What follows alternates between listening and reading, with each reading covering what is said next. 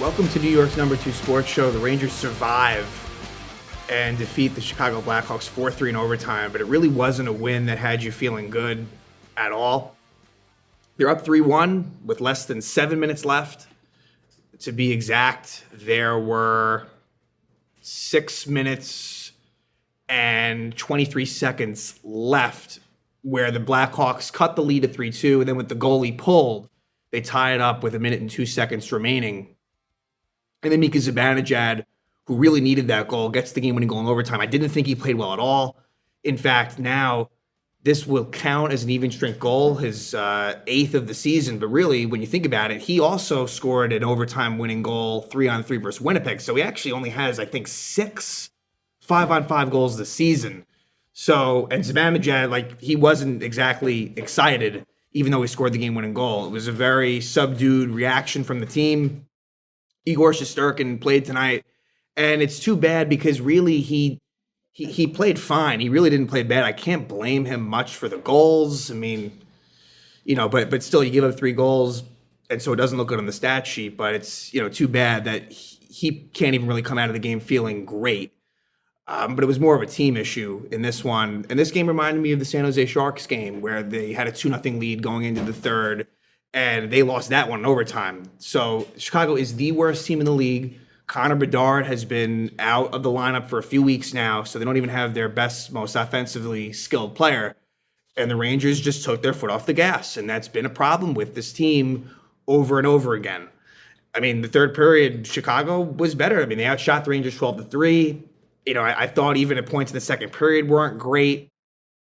And, at the same time, Vincent Trocheck has an opportunity and hits the post, which could have been a 4-1. And then on the ensuing rush back is when Chicago made a 3-2. So it is little things where the whole tone of this game could have been very different. Although I think Peter Laviolette would have still been, even if the Rangers won in an easier way, I think he would have still been upset. He was switching the top 6 around, which you don't see too often, especially when you're up 3-1. He was, and it wasn't even consistent. I mean, I guess at one point it looked like Panarin and Wheeler were flipped, although Panarin's a left wing and Wheeler's a right wing. So there's more moves that are associated with that. But he in the post-game presser, he made it very clear that he wasn't really happy with anything that they did in this game. So Rangers have been winning a good amount lately. Their record on the season improves to 33-16-3, so 69 points through 52 games. They are 6 points ahead of Carolina. The Hurricanes do have 2 games in hand, but now the Rangers will go home, and they'll be home for the next couple of weeks because they have a couple of home games this week. Then they have that game at MetLife Stadium where they will be the road team, but of course they'll be in the area. So they're going to be in the tri-state area now for a while now. I mean, a lot of the Rangers' road trips, longer road trips are over. So we'll see what happens with that. The Rangers have been better at MSG, and the records bear that out. The Rangers are 17-7 at home, while 16-9-3 on the road. So yeah, this was a game that it looked like you'd kind of come out of there, all right, good win, you're not gonna make a big deal about it, but it's kind of more of a negative feeling. But you hope that somehow the Zibanejad goal can get him going, because I just not impressed with him at all. Just he's got to be more aggressive. He's just been so passive in every way, physically, not taking shots. That first power play unit is not good. Going into tonight, they were 4th in the NHL, and they went 0 for 3 tonight. So they could have taken even a further tumble, and Laviolette was giving the second unit more of a look. He was definitely not happy, specifically with the top 6. Except I'd say Lafreniere. I think Lafreniere was definitely the Rangers' best player tonight. He got so many chances, and he scored a goal tonight. But, hopefully he starts scoring more with the opportunities that he's getting, because, he's been noticeable. In this game, the lines and D pairs were the same as last. Of course, Shesterkin replaces Quick. Chicago's been very bad. To be exact, they are last in the NHL. They're 14-35-3. So that's a points percentage below 300. That's a 298 points percentage.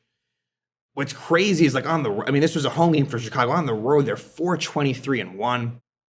They have a negative 74 goal differential. The only team with a worse goal differential is the Sharks, but they've been playing a lot better lately. Chicago is like unequivocally like the worst team in the league, especially without Bedard, and yet the Rangers were barely able to beat them.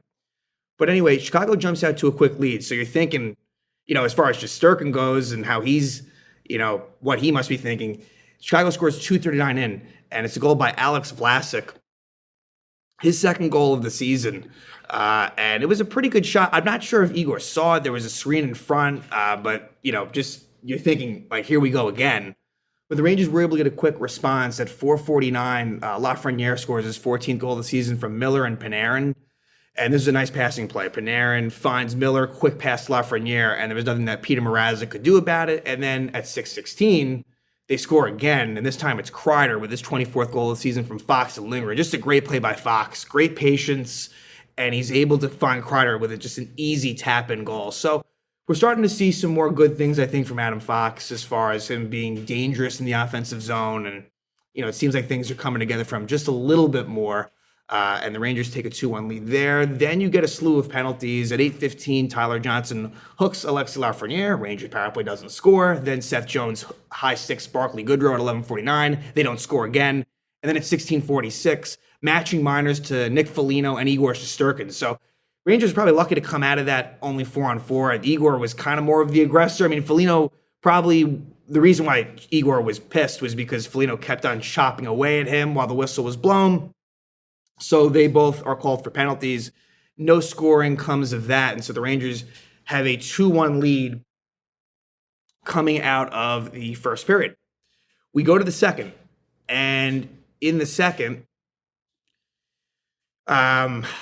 Rangers are, no, there's an initial penalty. Jacob Magna trips Capo Caco at 1:23. And before that power play's over, the Rangers take a too many men on the ice penalty at 3:13. So no scoring comes from that. But the Rangers do take a 3-1 lead at 9:02 of the second. It's Brodzinski scoring his fourth goal of the season from Cooley and Kakko. So Brodzinski has 3 goals in his last 4 games. It's good to see him contribute offensively. This is a play where actually Kakko deserves a lot of the credit. Takes a shot on net. Not a great job by Mrazek of controlling the rebound. Cooley, he tries to score, it isn't able to, but then Brodzinski is. So just, not great defending by Chicago. That was a goal given up by a last place team. So the Rangers take a 3-1 lead, but unfortunately they weren't able to run away with it. Kind of like we saw like in the Ottawa game, for example, where they were able to score and it ended up being a laugher. This one, Chicago was able to keep it close, and really more of the Rangers doing than anything. So we go to the third period. Rangers have a 3-1 lead. Ryan Lindgren is called for interference at 5:28. He interferes with former Ranger Colin Blackwell, but the Ranger PK does the job. But then, like I said, there was a chance for the Rangers to make it 4-1. Trocheck rings it off the post. And then at 13:37, Nick Foligno scores on a pretty easy play in front. It's his 11th goal of the season from Phillips and Kurashev. So Foligno on a rebound play. I think this was one where, Gustafsson, I just, with Gustafsson, it's an interesting case because I don't know if his game is going to translate well to playoff hockey. Like, you'd rather have more of just a bruiser, big body type on that third pair. I just think that Gustafsson Schneider could be a real liability come playoff time. And so, I don't think it'll happen.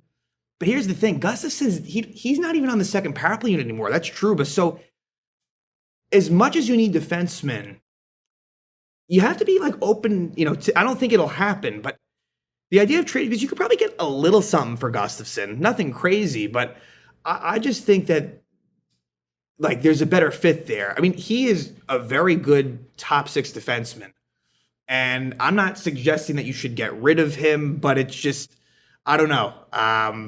I think that his game may not translate to the playoffs, but that makes it 3-2.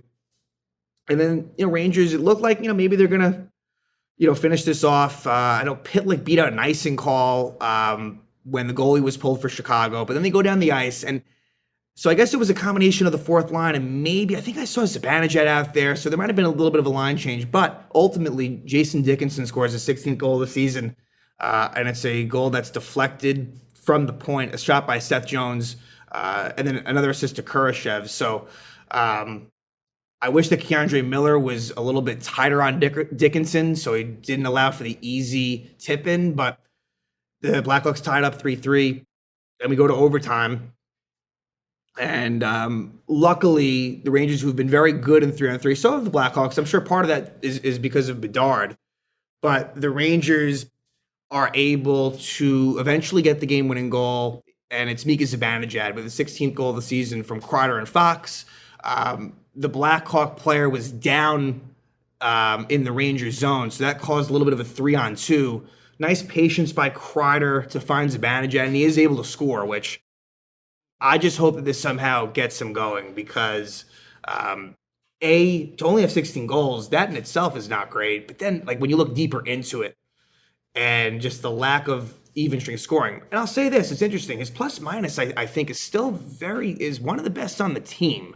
So there's something to be said for that. Mika, plus 13 for Zibanejad. So he is doing the job defensively. Like, as much as that stat can be a little misleading, so it's not to say that, he's been just a complete abomination, but as far as just the offensive production and just what you see with your eyes, it just doesn't look very good. And he's going to need to be a key piece. If the Rangers are to go anywhere in the playoffs, he's going to have to be a main driving force for the Rangers to really make a run. So the Rangers hang on. They win 4-3 in overtime. They get the 2 points. That's good. But, you definitely have to have some concerns as far as what went down in this game. Now the next game will be home against the Calgary Flames. They'll then take on the Montreal Canadiens Thursday, and then they'll have that Sunday game against the Islanders at MetLife Stadium in the Stadium Series, which should be a pretty exciting game. But what happens now? Will it be Shesterkin or Quick?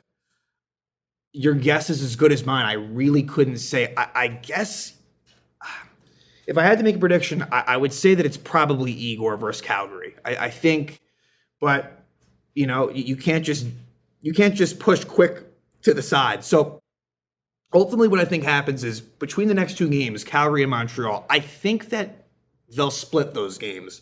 But with that said, if Igor had a really strong game versus Calgary, then you would have to wonder if they might just go back to him against Montreal.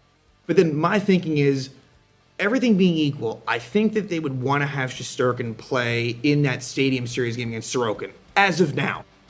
So it's like you have to consider that, and that's where I think Quick will probably get one of these games this week, kind of regardless of what happens. So that'll be definitely something to keep an eye on. But again, the Rangers, they go to Chicago.